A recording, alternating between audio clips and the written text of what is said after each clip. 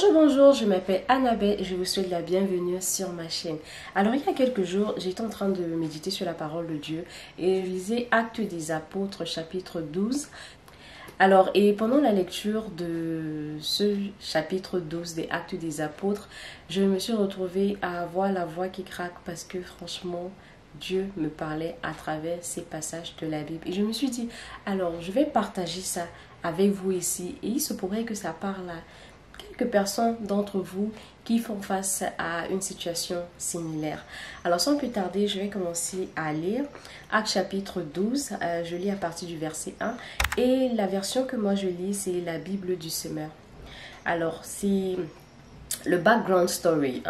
C'est quand Jacques et Pierre avaient été arrêtés sous l'instruction d'Hérode parce qu'ils prêchaient l'évangile. Donc on les a arrêtés, on les a mis en prison. Après, sous la pression des Juifs, donc de la population juive, Hérode a dû tuer Jacques. Donc Jacques a été tué. Et ça veut dire que la prochaine personne qui devait être tuée était Pierre.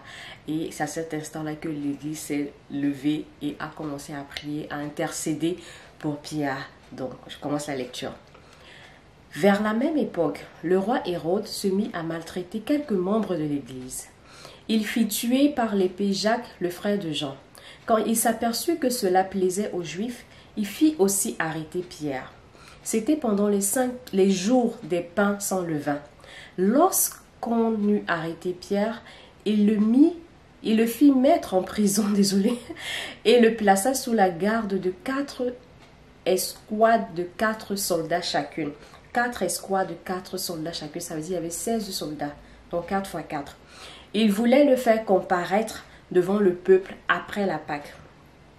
Donc la cérémonie des pains sans levain, c'est la Pâque. Pierre était donc sous bonne garde dans la prison. Il était vraiment surveillé. J'aimerais que vous ayez cela en pensée.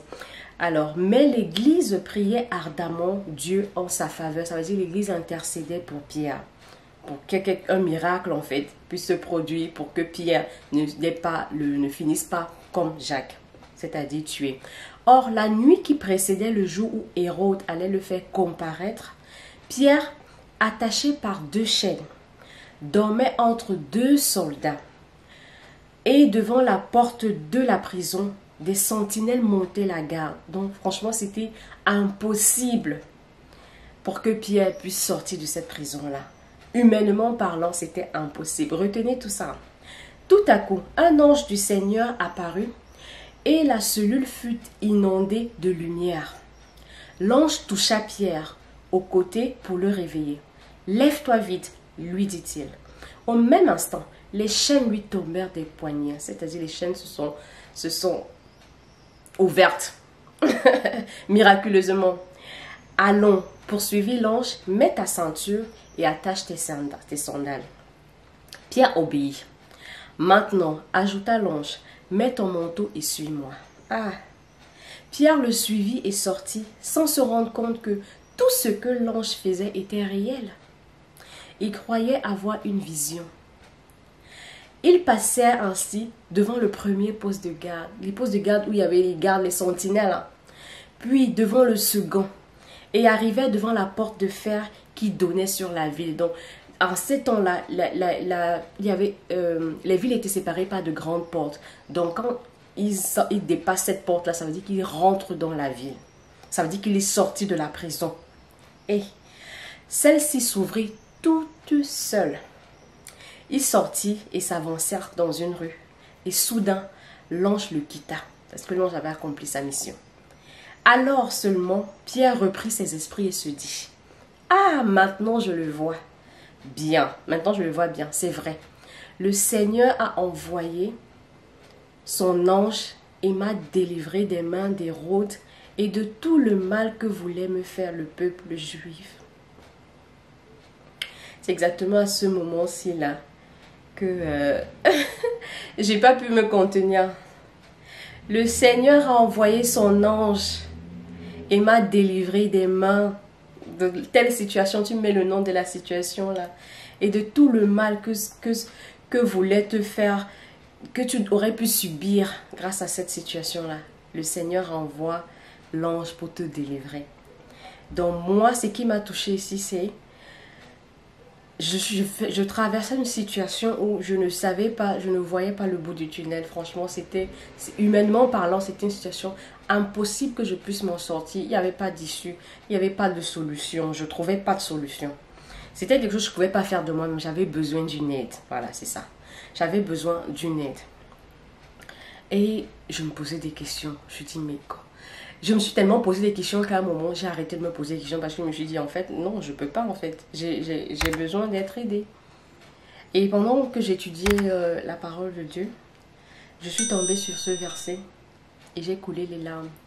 Parce que à travers ce verset, Dieu m'a parlé en me faisant comprendre que il peut le faire. Rien de lui est impossible.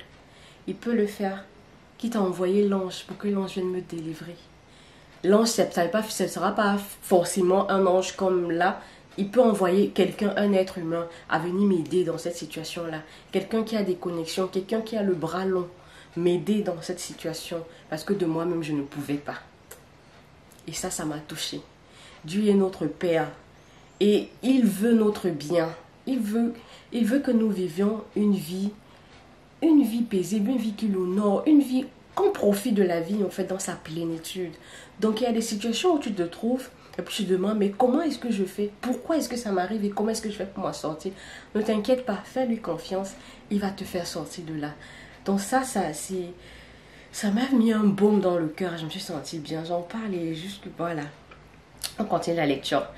Donc après réflexion, Pierre, le chapitre de verset 12. Il se rendit à la maison de Marie, la mère de Jean, appelée aussi Marc. Un assez grand nombre de frères s'y étaient réunis pour prier. Ils intercédaient. Quand ils intercèdent comme ça, c'est parce qu'ils voulaient que Pierre soit d'une manière ou d'une autre relâché. Donc le jour, il allait comparaître le lendemain devant Hérode. Donc que la faveur de Dieu agisse en fait en sa faveur, que la grâce de Dieu agisse en sa faveur, que la décision d'Hérode agisse en sa faveur, donc que sa sentence en fait ne soit pas aussi dure au point de le tuer comme on a tué Jacques. C'était un peu ça dans leur tête. Hein. Ils ne s'attendaient pas au fait qu'on va le relâcher comme ça ou bien qu'il va juste sortir de prison comme ça, ok? Donc parfois on dit oui, quand tu as un problème, va prier, mais quand tu pries, qu'est-ce que tu demandes à Dieu? Et eux, ils demandaient peut-être à Dieu, hein, je me dis, parce que vous allez voir leur réaction quand ils vont voir que Pierre est sorti. Ça veut dire qu'ils ne s'attendaient pas à ça. Donc eux, ils s'attendaient peut-être au fait que oui, sa peine sera allégée, on ne va pas aller jusqu'à la peine de mort, on ne va pas le tuer, il va peut-être faire quelques temps en prison, après il va sortir. Mais un assez grand nombre de frères s'y étaient réunis pour prier. Il frappa au battant de la porte. Une jeune servante appelée Rhode s'approcha et demanda qui était là. Elle reconnut la voix de Pierre et dans sa joie, au lieu d'ouvrir, les femmes et le Congo ça, elle se précipita pour annoncer « C'est Pierre, il est là dehors, devant la porte. » « Tu es folle, lui dit-il. Mais elle n'en démordait pas. Alors c'est son ange, dirent-ils. Donc je dis, ça peut pas être Pierre, toi aussi. Pierre est dans la prison où on connaît comment la prison est barricadée, comment c'est sécurisé par les sentinelles, par les soldats. Tu nous dis que Pierre a la porte, tu es en train de rêver ou quoi? Peut-être qu'on l'a tellement prié et avec trop de foi que tu commences à délirer. Ça peut arriver, hein. Pendant ce temps, Pierre continuait à frapper. Ils ouvrirent, ils le virent et en restèrent tout étonnés.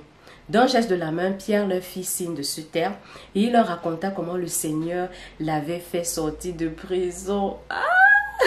Quand je vois ça, je vois seulement comment moi je vais partager mon témoignage pour dire que c'est le Seigneur qui m'a fait sortir de cette prison-là parce que de moi-même je ne pouvais pas. Ça c'est déjà des témoignages qui honorent Dieu. Que oui, je l'ai fait de moi-même. Donc que toute la gloire lui revienne. C'est pas de dire que oui, j'ai essayé ceci, ça, et puis j'ai fait comme ça, et puis je ne savais pas quoi faire. J'étais au carrefour de ma vie.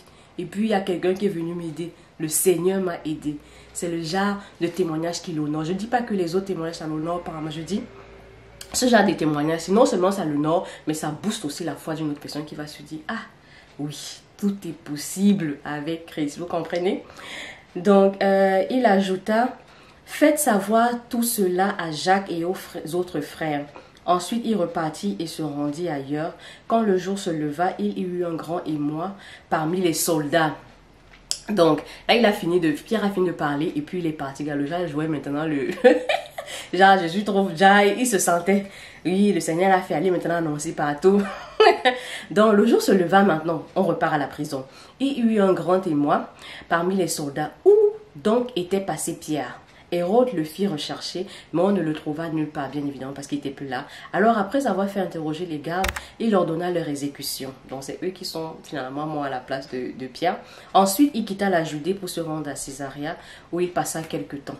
Donc, cette partie-ci, quand on lisait tout au début, quand l'ange est venu, est apparu à Pierre et a fait sortir, les chaînes de Pierre se sont déliées et ils ont traversé les portes jusqu'à sortir de la prison et tout. On ne nous a pas dit qu'on était des soldats. Imaginez que Dieu est arrivé, l'ange est arrivé, il a fait partie Pierre et les soldats. Ceux qui étaient à côté de lui, c'est sûr quand il dormait, les soldats dormaient aussi. Ceux qui montaient la garde devant n'ont rien vu. Si pas Dieu, c'est qui? C'est que Dieu qui peut faire ce genre de choses. Il te sort d'une situation, il te fait... En fait, toi, quand c'est ton tour, en fait, il n'y a pas de protocole, en fait. Ton processus est différent. Ta procédure est différente. Ce qu'on n'a jamais vu, ce qu'on n'a jamais entendu, ça se passe avec toi. Et c'est que Dieu qui peut le faire. Donc c'est comme ça que moi, je me suis sentie encouragée. Et j'ai aussi voulu partager ça avec vous. Dieu peut faire toutes choses. Rien ne lui est impossible. Et même si là, toi tu te dis, je baisse les mains, je ne peux plus, je vais lui faire confiance. Il va te surprendre. Dieu va te surprendre. Et il sait très bien le faire. Et quand il le fait, tu pars et tu témoignes, tu rends témoignage pour sa gloire. Alléluia. Donc franchement, ça, je suis super contente. Donc c'est pour encourager quelqu'un là, même si tu es encore dans tes ténèbres et tu ne sais pas, enfin dans les ténèbres, dans le désert, et tu ne sais pas comment tu vas t'en sortir. Fais juste confiance en Dieu. Et sois aussi apte, enfin sois rapide aussi à recevoir les instructions et à suivre les instructions, parce qu'il disait à Pierre, fais ci, lève-toi, porte tes sandales, fais comme ça, et Pierre exécutait seulement et continuait, suivait l'ange sans poser des questions. Donc quand tu décides de faire confiance en Dieu, fais comme un enfant, fais-lui confiance entièrement, tout ce qu'il te demande de faire, même si ça a l'air bizarre, fais seulement, ne réfléchis pas, il sait ce qu'il fait et à la fin, ta bouche sera remplie de louanges et tu vas témoigner. Alléluia. Donc ça, c'était le petit partage que j'avais pour aujourd'hui. Si tu as autre chose à dire, parce que quand on lit un verset, ça nous parle différemment. Ça devient le réma. Donc moi, c'est le réma que moi j'ai reçu. Si tu as reçu autre chose, partage avec nous. Et n'oublie pas d'aimer la vidéo si elle t'a plu. N'oublie pas de commenter. N'oublie pas de partager à d'autres personnes qui pourraient être encouragées. Et on va se retrouver dans une autre vidéo. Bye bye.